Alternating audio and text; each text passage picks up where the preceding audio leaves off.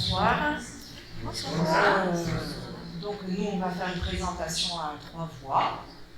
Donc, je suis Karine Vernet, cadre de santé à l'USA UTSP, sur l'hôpital de Manosque. Moi, je suis Lauriane Péchu, assistante sociale sur l'équipe territoriale de soins palliatifs et sur l'unité de soins de support et d'accompagnement. Ouais, c'est ça. Tout ça pour dire USP, quoi. l'USA. Voilà, et moi, Léonie, infirmière du coup en service hospitalier à l'USA. Alors pourquoi USA? Parce que l'unité de soins palliatifs, ça représente une fin de vie pour beaucoup, malheureusement. Et donc, du coup, quand USA a été créé, l'hôpital, et en tout cas le chef de service, a opté pour cet acronyme qui est Unité de soins de support et d'accompagnement. Un nouveau bâtiment va être construit en 2026 et là, on le baptisera autrement. Voilà.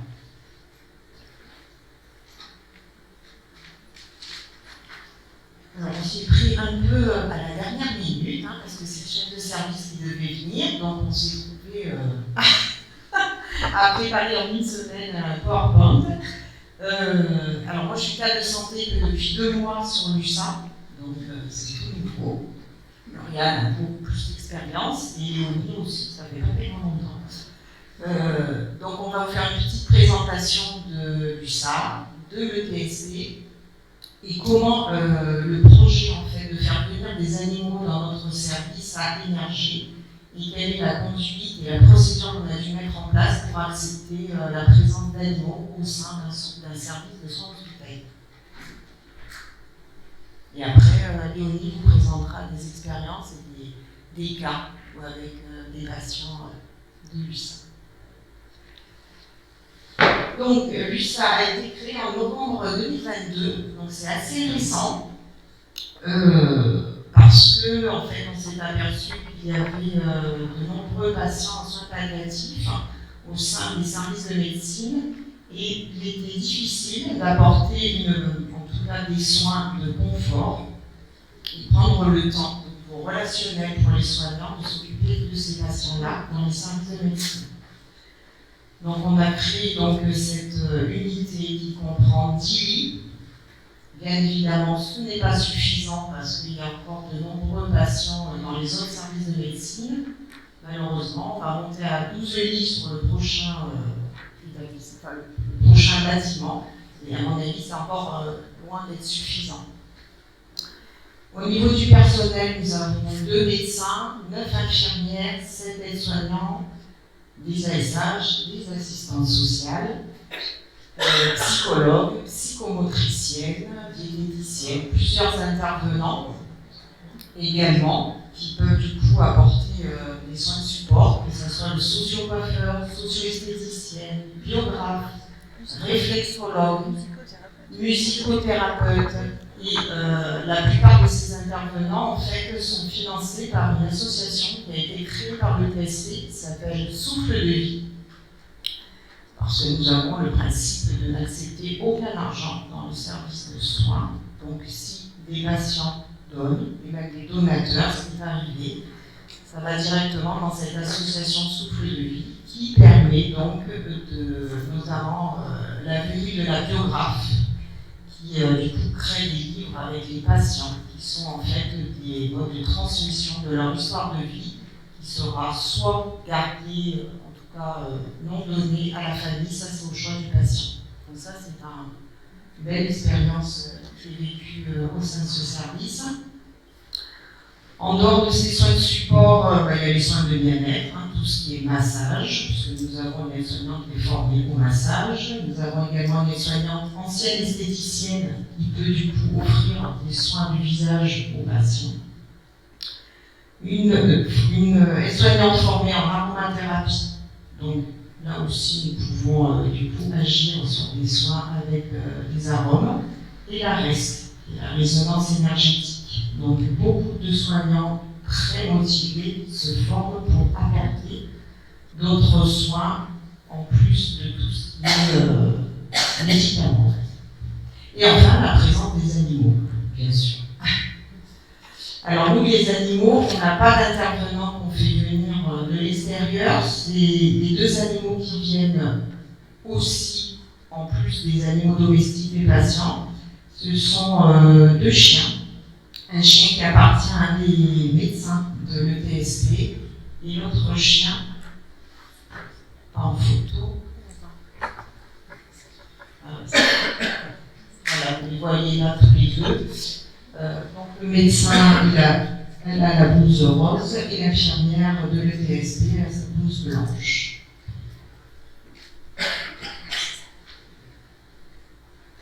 Voilà, là je passe maintenant à Lauriane pour le test. Donc l'équipe territoriale de soins palliatifs, c'est le rassemblement d'un réseau et d'une équipe mobile de soins palliatifs. Donc c'est-à-dire qu'on intervient et dans l'hôpital, dans les différents services, hors USAR, et après dans toutes les autres structures ou à domicile, comme SMR, EHPAD, domicile. Pour un ordre d'idée, l'année dernière, en 2023, on a accompagné 573 patients. L'équipe elle est composée d'une cadre ici présente, d'une secrétaire, d'infirmiers, de psychologues, d'assistants sociaux, de médecins, voilà, on n'a oublié personne. Donc l'équipe, les principales missions, c'est de coordonner le parcours du patient, d'étayer les différents professionnels intervenants autour du patient, d'apporter une expertise médicale, sociale, psychologique et spirituelle dans le domaine des soins palliatifs. C'est juste pour vous resituer un peu ce que c'est une équipe territoriale.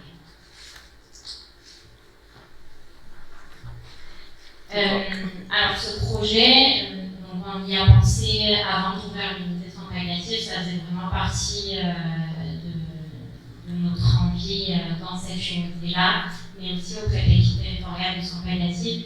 C'est vraiment ressorti des observations qu'on a eues auprès des patients en entretien. On s'est rendu compte que dans le foyer, l'animal a une place vraiment particulière, fait partie de la famille finalement. Donc on s'est dit qu'il y avait peut-être quelque chose à jouer autour de ça. Et alors, moi, pour mon expérience en tant qu'assistante sociale, dès que j'étais en entretien avec des patients et qu'ils avaient des animaux, tout de suite, quand je parlais de leur animal, quand je regardais leur animal, quand je faisais des petits commentaires, je voyais que ça détendait dans la relation. Il y avait quelque chose qui se créait tout de suite.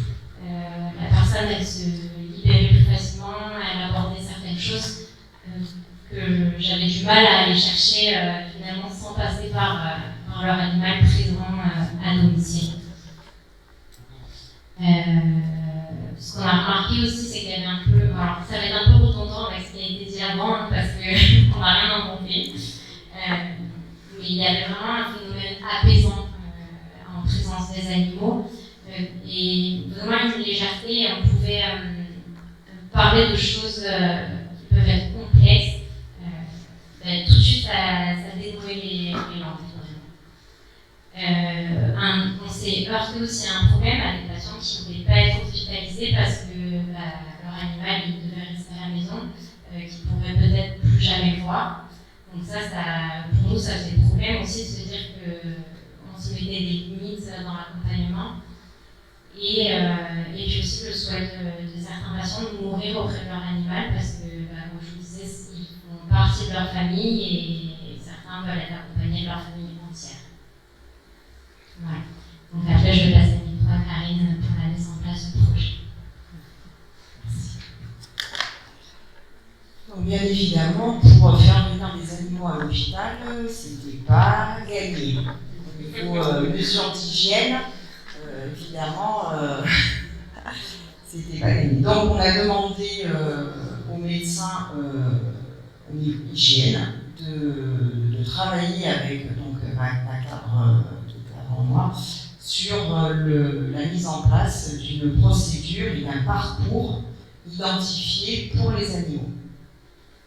Donc la procédure a été rédigée en 2023 avec certains critères qu'il fallait respecter. Donc le propriétaire de l'animal doit avoir une assurance responsabilité civile.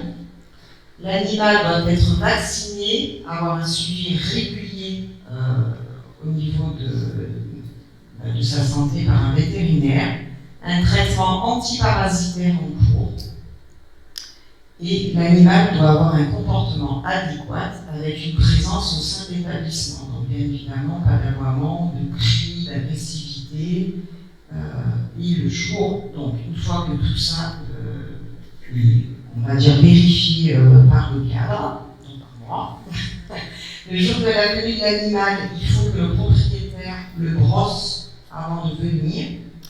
Une fois qu'il rentre dans l'hôpital, il y a un circuit qui est identifié avec des petites pattes violettes au sein de l'hôpital. Donc il suit son petit parcours, il monte par un ascenseur dédié aux animaux et il arrive enfin à l'USSA.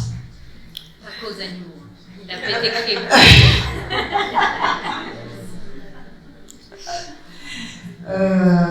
Au niveau des mains, donc, le propriétaire doit se frictionner avec une solution hydroalcoolique avant de rentrer dans la chambre. Toujours garder en laisse l'animal, et en tout cas, l'accompagnant doit rester présent auprès de l'animal dans la chambre.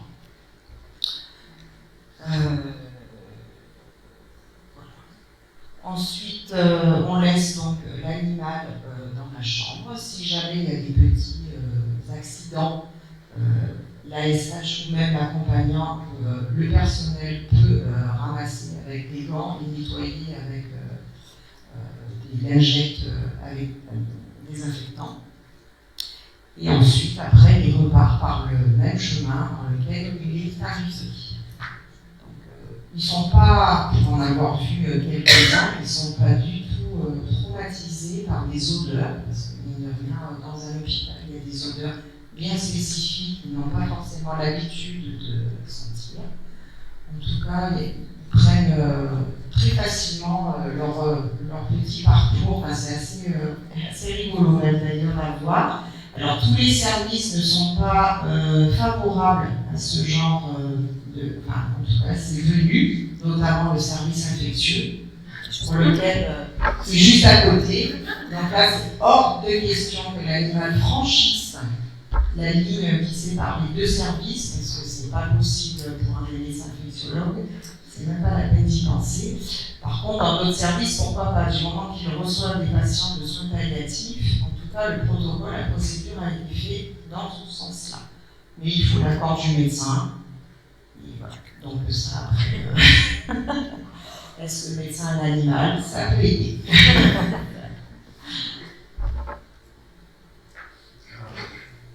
Alors là, c'est un petit documentaire sur BFM qui est passé en fait sur notre service. Les animaux de compagnie sont les bienvenus à l'hôpital de Manosque, du moins pour les patients qui sont en soins palliatifs et qui ont besoin de réconfort. L'unité fixe de soins de support et d'accompagnement a été installée en novembre 2022 et un mois plus tard, un protocole a été mis en place pour que les animaux puissent rendre visite à leur maître lourdement malade. Un bienfait incontestable, c'est ce qu'a pu constater Laurie Charrier. Heureusement pour Russell, pas besoin de montrer patte blanche à l'hôpital de Manosque. Si son passage attire l'attention, ce petit loulou connaît bien le chemin jusqu'à l'unité de soins palliatifs où depuis quelques mois, les patients sont autorisés à recevoir la visite de leur animal de compagnie ou bien celle de Russell formé à la médiation. Il y a des traces de petites pattes et il faut suivre le chemin avec le chien jusqu'au service. Un chemin qui fait partie d'un protocole sanitaire à respecter. Et une fois en contact avec le patient, les bienfaits de la présence de l'animal se voient immédiatement. Ça me fait plaisir. D'abord, il est magnifique, il est sympathique en plus. Je trouve que c'est une excellente idée de faire rentrer des animaux auprès des personnes âgées pour leur apporter un peu de tendresse et de la compagnie. Rompre l'isolement, donner de la joie et apaiser les patients, la présence de Russell est entièrement validée par les soignants. Pour certains patients, en fait, l'animal de compagnie, c'est ce qu'il leur reste. Au niveau affectif, ça permet aussi de rompre la solitude. On le voit rien que dans leur regard, rien que quand la porte s'ouvre sur l'animal, on sent qu'ils sont heureux. Au vu des résultats, le service de soins palliatifs aimerait développer la thérapie par la médiation animale. En tout cas, les animaux n'ont pas fini de donner du bonheur à l'hôpital manosquin. Donc, moi je vais vous présenter un petit peu quelques histoires en fait. Quand on m'a dit que tu parles des animaux et tout ça, j'ai demandé un peu à mes collègues si je vous dis un patient, un animal, qu'est-ce que vous me racontez? Donc il y a plusieurs relations entre un animal et son propriétaire, si on peut dire propriétaire, qui ont marqué les esprits. Donc on va commencer par Madame C. C'est l'histoire mignonne, mais banale, comme on peut dire, comme on a vu. C'est une dame de 85 ans qui avait un cancer du sein métastasé, très entourée par sa famille, ses amis, et qui avait avec elle une petite boule de poils, mais toujours. Et en fait, cette petite boule de poils, je ne connais pas la race, je ne travaillais pas encore en plus à l'époque, elle a laissé une forte impression parce que c'était une petite peluche. Mes collègues me disent, on rentrait dans la chambre, la patiente était là et il y avait sa petite peluche à côté. Vous pouvez différencier parce qu'effectivement elle levait la tête, elle bougeait la queue. Et voilà, elle me disait, elle avait, on aurait dit un petit chiot. Pourtant c'était pas un chiot, mais elle avait encore des poils de bébé chiot. Elle était tellement douce à caresser, donc vraiment le côté réconfort et le côté apaisant de la petite peluche que tout le monde avait envie de chouchouter, donc autant la patiente que le petit chien, la patiente et le petit chien. Ensuite, je vais vous parler de Madame D, donc les chats qui venaient de loin. Donc c'est une dame de 45 ans qui est arrivée chez nous, qui présentait un cancer du poumon métastasé, qui était célibataire, sans enfant, qui n'avait plus ses parents, et qui était assez seule puisque ses amis devaient faire plus de 2h30 de route pour venir la voir. Et cette dame avait développé des comportements un petit peu de petite fille. C'est-à-dire qu'on était toujours en négociation avec elle, on avait mis un peu des systèmes de récompense pour essayer de lui faire adhérer un petit peu aux soins. C'était une ancienne institutrice en école maternelle. Elle avait une voix toute petite, toute fluette, qu'elle devait peut-être utiliser pour parler avec les enfants. Et c'est quelque chose d'extraordinaire parce que quand son amie lui a mis ses 2 chats, elle n'avait plus la même voix, elle n'avait plus du tout le même comportement. C'était une autre patiente qui nous expliquait les comportements de ses chats, avec qui on pouvait avoir des discussions, on a pu aborder des sujets importants, des prises de décision pour la suite. Et voilà, ce qui nous a vraiment marqué, c'est ce changement de comportement. Et quand les chats n'étaient plus là, hop, on avait une régression, oui, si on peut dire. Et ce qui est marrant, c'est que du coup, sur cette photo, donc c'est elle qu'on voit, et c'est pas son chat. C'est le chat d'une collègue à nous qui s'est proposé d'amener son propre chat vu qu'il fallait faire à chaque fois 2h30 de route pour venir la voir. Et voilà, là on peut voir quand même son sourire sur cette photo. Et elle avait vraiment, même avec un autre animal, le même comportement. Donc merci Yogi. Voilà, c'est le chat de notre collègue Laetitia. Et voilà, elle nous a quand même exprimé une grande reconnaissance, une grande gratitude d'avoir pu mettre ça en place pour elle. Ensuite, on va faire un petit peu d'humour. Je vais vous parler du chien géant. Donc là, Karine vous a expliqué qu'il y a quand même des règles à suivre, que les chiens doivent être sages et obéissants.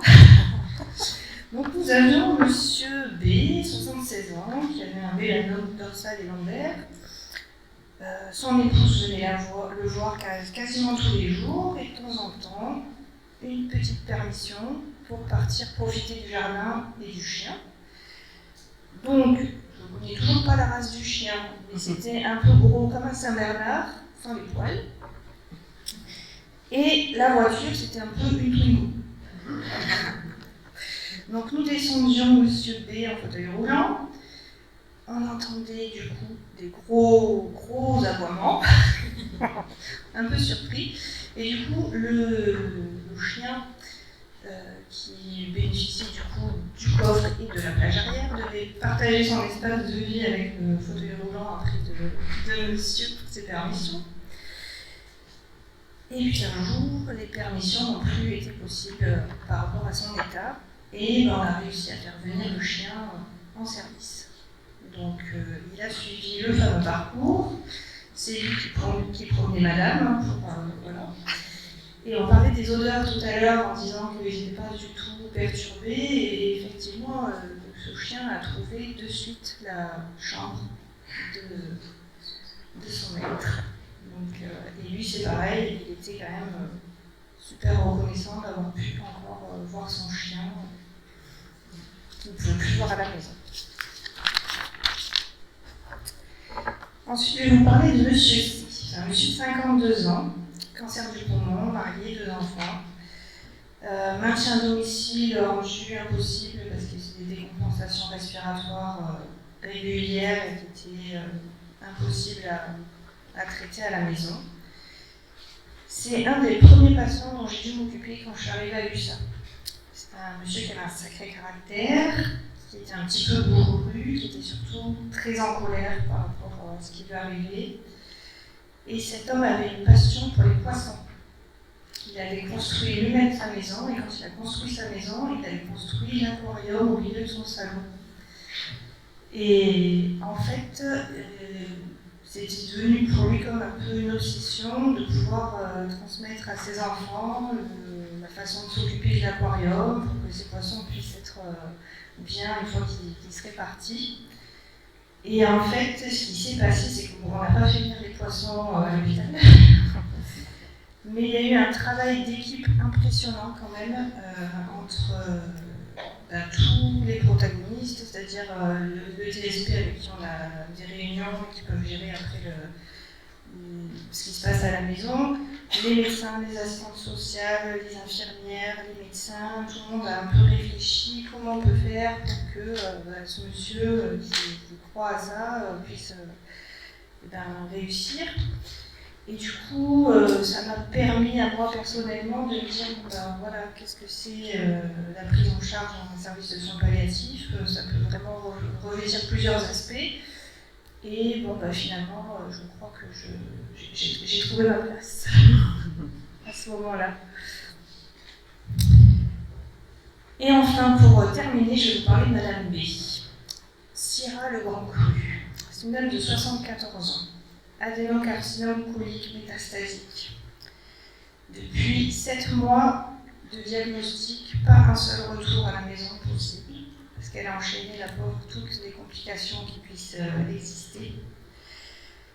Et du coup, cette dame était en concubinage, était entourée d'amis, elle avait de la visite tous les jours, mais voilà, elle était en demande de sédation parce que sa vie était devenue un enfer et qu'elle souffrait énormément. Elle était algique du matin au soir, la nuit. Et en fait, elle avait des métastases au niveau des os et elle avait des douleurs neuropathiques intenses au niveau de ses jambes. Les pansements, la toilette, c'était insupportable pour elle. On ne pouvait pas l'effleurer. Même ça quand on faisait le lit, les draps, c'était assez difficile.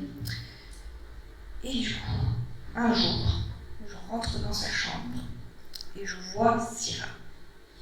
Du nom d'un cépage de vin, pour information, le seul cépage féminin qu'il existe apparemment. Car Madame B était une grande amatrice de vin. Et en fait, donc son chien, Syrah, lui redonnait le sourire, et en fait, elle a fait de la magie, puisqu'en fait, elle pouvait monter sur son lit et être auprès d'elle, se coucher sur elle, sur ses jambes, elle pouvait la caresser, elle pouvait faire des mouvements un petit peu peut-être brusques, mais du coup, elle n'avait plus de douleur. Bon, voilà. Donc avec toutes ces petites histoires, certaines un petit peu drôles, certaines un petit peu tristes, mais toutes réalistes, on a voilà ce qui a été dit déjà un petit peu auparavant, mais ce qu'on peut en retenir, c'est que pour les patients, effectivement, on a cette notion d'apaisement, de joie immense d'être en présence de leur animal. Effectivement, ce sentiment aussi d'être utile et de retrouver un moment aussi où ils se sentent en vie et encore exister en fait, et pas juste personne malade, mais pouvant encore s'occuper d'eux et prodiguer des soins eux-mêmes alors qu'on leur en prodigue.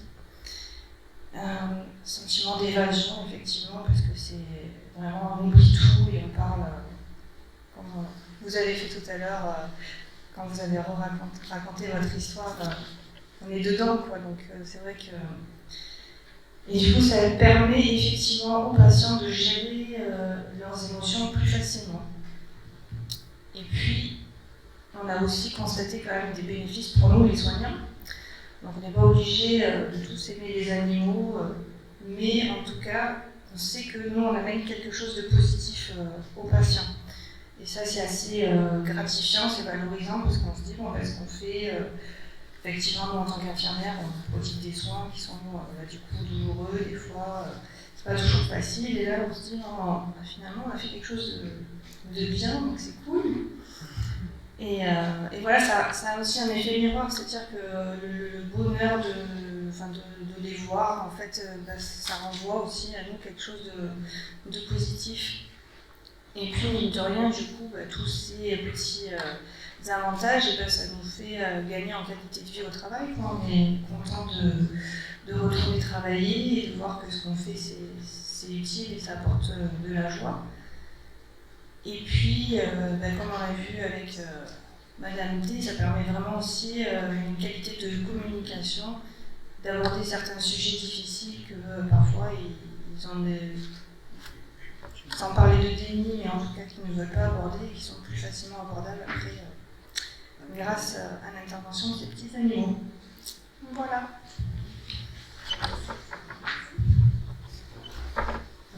Ça va être redondant.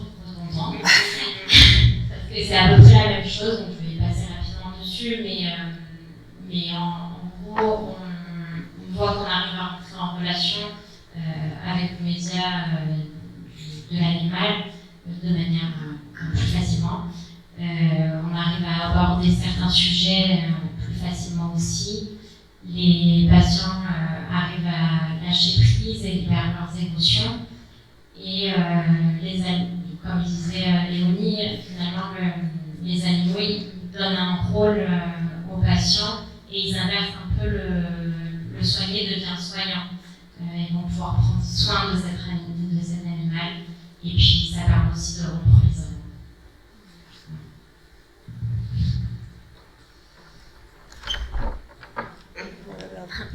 On ne s'est pas trop dit.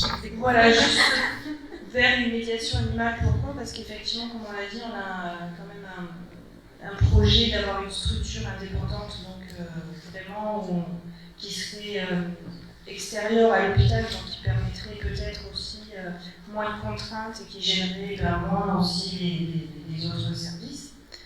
Donc ça, c'est vrai que ça fait partie intégrante de notre projet. Et puis effectivement aussi, accessoirement, la formation, parce qu'on a notre médecin, notre infirmière qui ont des animaux, mais voilà, on est plusieurs intéressés aussi à peut-être voir, en tout cas faire un projet, faire appel à quelqu'un tant que nous on n'est pas formé, mais on se formerait aussi volontiers. Voilà. Si vous avez des questions.